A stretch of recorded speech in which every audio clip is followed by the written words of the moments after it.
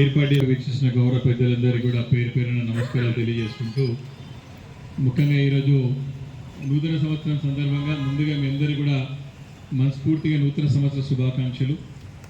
రెండవది మనకి ఇక్కడ మన పెద్దల అధ్యక్షులు సత్యనారాయణ గారి పెద్దలు వారి జన్మదినం కాబట్టి మనందరి తరఫున సత్యనారాయణ గట్టిగా చెప్పడం జన్మదిన శుభాకాంక్షలు మరొకసారి తెలియజేద్దాం.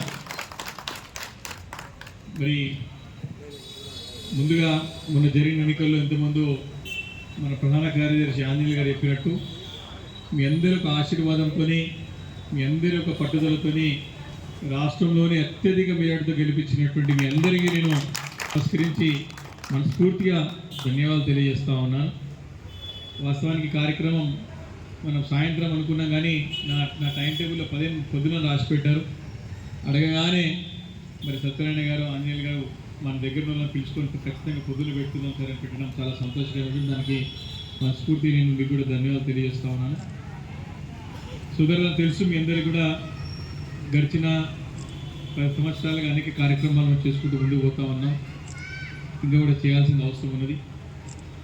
ప్రధానంగా మన చింతల పద్మశాలి సంఘం ఏకైక లక్ష్యం ముందు నుండి కూడా ఒక చక్కటి భవన నిర్మాణం చేసుకుంటే బాగుంటుంది, స్థలం సేకరించుకుని అని చెప్పేసి చాలా రోజుల నుంచి కూడా ఉన్నది. ఒక ప్లాట్ విషయంలో వెళ్ళి అంత కూడా అయిపోయిన తర్వాత మళ్ళీ దాంట్లో లీగల్ లిటిగేషన్స్ రావడంతో మళ్ళీ దాన్ని మనం వెనక్కి తీసుకున్నాం.